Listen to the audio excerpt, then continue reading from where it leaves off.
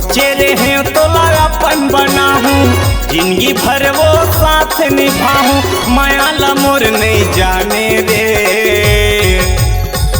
हतरे मिठ लबरी कहे घर के भीतरी, वो तोर सुरता भुला गे। हतरे मिठ लबरी कहे घर के भीतरी, वो तोर सुरता भुला गे।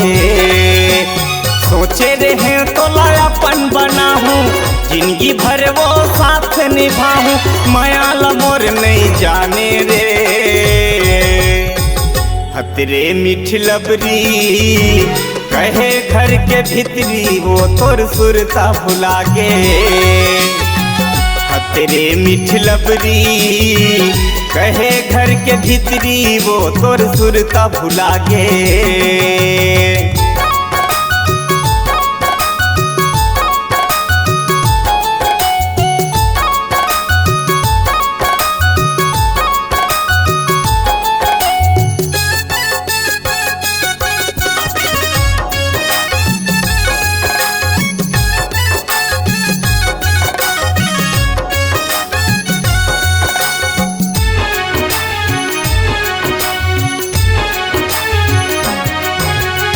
आशा दे के निराशा कर दे, मोर मायाला तय नहीं जाने।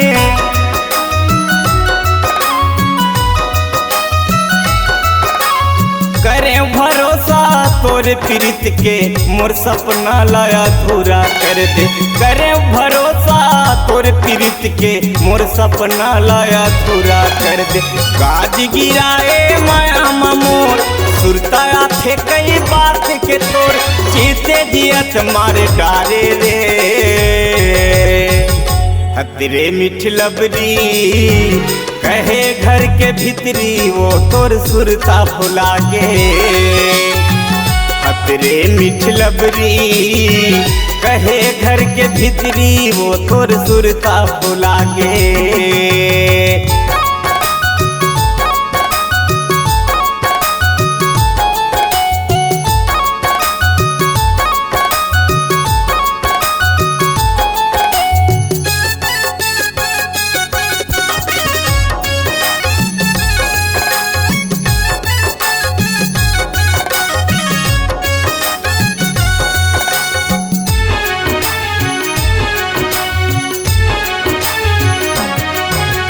तोर घर आना जाना रहिस है, भाई दादा तोर जानत रहिस है।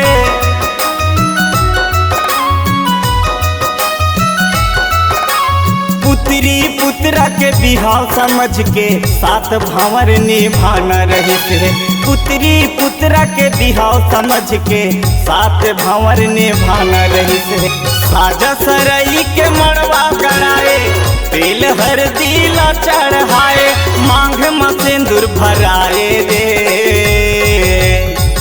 हतरे मिठ लबरी कहे घर के भीतरी, वो तोर सुरता भुला गे।